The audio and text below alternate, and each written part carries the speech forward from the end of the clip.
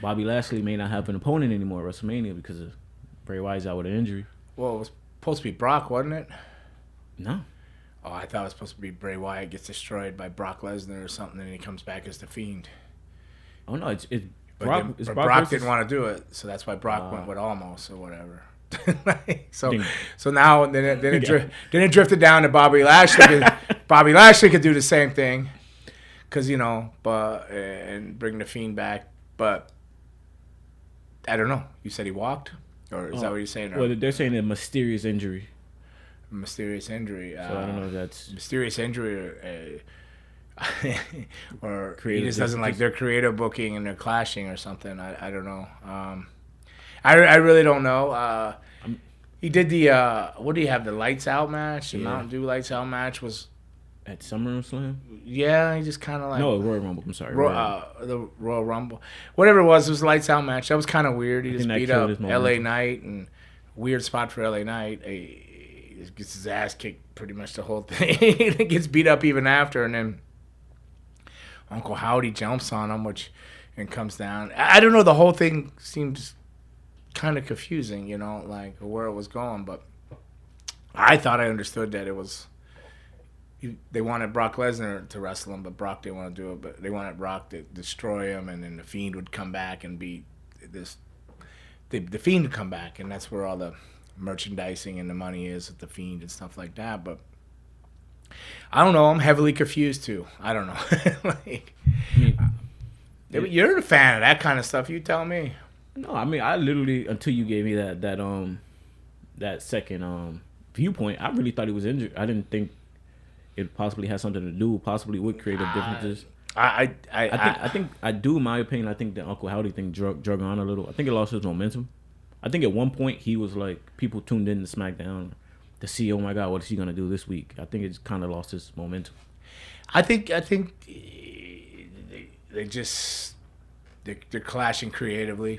I don't really know. I haven't followed the show good enough because it's been more Uncle Howdy lately than anything else, right? It hasn't really been Bray Wyatt on it, and now he's gone. So, then they said injuries, but I thought I heard mental health reasons or something. He was taking a mental health break. I don't know. But they said the same thing about Alexa Bliss, but it turns out she had, skin cancer or something, which I'm going to say I'm glad is doing well, and that's been treated, and it was treatable, and she's healthy. That's awesome. So that's a serious thing, that skin cancer, Raymond. I'm always I'm a tan pyre, so I'm always worried about stuff like that. I don't know. I got a lot of odds and I don't knows because his angles, everything that's going on with him is just as mysterious as the Fiend sometimes.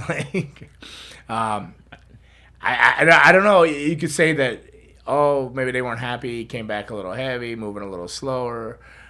Maybe they didn't like how his story, he was creative rewriting things, but I think they were clashing and taking stuff away and making it not what he wanted. But I'm not there. I'm not in those rooms, in those conversations, but just watching. So as an outsider, it just looks like there's a lot of clash, and maybe he was going one direction and they were fighting it and pushing it in another direction. He wasn't getting it, and he just split. You, with your creative mind, because you had a big hand in the direction of the Unled.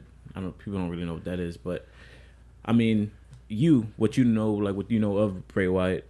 Well, you had to drop the Unled in there. Huh? I just had to just sprinkle it in a little bit. All right. How would you would have handled his all the momentum he had? How would you would have handled his return?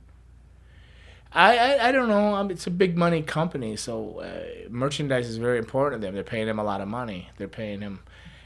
Companies have got to justify your payroll. They got to justify how much money are you bringing into the company. We're paying you. I don't know what he's making, like $3 million. I don't know what type of contract he has. I really don't know. But he's making a lot of money, and I don't think Bray Wyatt is selling the merch that the Fiend would sell. So, take that. It's a corporation. It's a publicly traded company. People got to answer the numbers. So you got to make money, and you got to account for why you're paying somebody money. So that does affect a lot of things. So I think I would have got to the Fiend coming back a little quicker in a business sense. Storyline wise, I don't know. I don't know where we were going because I was so lost with it. He was battling good and evil in his own head, and the good was winning, right? And then Uncle Howdy shows up that says, "I know it's still in you," or whatever. So maybe it just drug out too long. But so. I like long-term storytelling. But in today's society and business, long-term is not necessarily a good thing. So because people's attention spans drift off and that, and money needs to be accounted for that. So I probably would have got to the Fiend a little quicker, but I don't know where he was going because it just seemed like he was going one way and it would push another way. It was just like the wind would blow and kind of push it this way and slow it down to where I thought it was going. It's just a very, very confusing time, and unfortunately, he's probably got a very creative mind and knows exactly where he wants to go, but he's battling other people who are battling people that are telling them they got to answer the numbers, and we got to account for this guy's payroll being so high, and so we need merch sales up, and merch sales are the Fiend, not Bray Wyatt, so with the mask and the this and that, Yeah, like it's all business when at the end of the day, Raymond. It's all business. So with that being said, I mean, what is that? But I am no professional guy marketing or this and this and that. But that's just what it looks like. No, but in this type of conversation, I've never heard anyone be reasonable and bring up the business side. Usually, fans only talk about creative or what they want to see on TV, but they never consider it's a business. The business side. So you speaking like this way, I've seen it from a different perspective that people who I usually don't see people talk about. It's just like even on a show, like an independent show, like just say for example, I don't want to use CCW example, but just a company, they got to just all right. So they're running a war memorial. They got 2,000 seats to sell. They got to book their talent. Now a guy calls up and says, "Hey, I want to be on your show, but I want such and such money." Well, they got to go. Well, it's going to cost so much for a flight, so much for a hotel, and so much to pay him. How many fans? How many people are in seats? How much is he going to draw money-wise? So he needs to draw 2 or 3 times past what you're going to pay him to make it valuable. You could break even and be like, okay, but then what good was that? But you definitely don't want to lose, I think they're losing with Bray Wyatt and not the Fiend being there to push merchandise, So, and I think if you book somebody that is asking for more money than he can draw, that's a bad idea too. Although, how else are you going to get out there sometimes? And this isn't the indie thing, but they're up there in that big money now, so they got it. There's no exception. You got to be able to make what you're getting paid.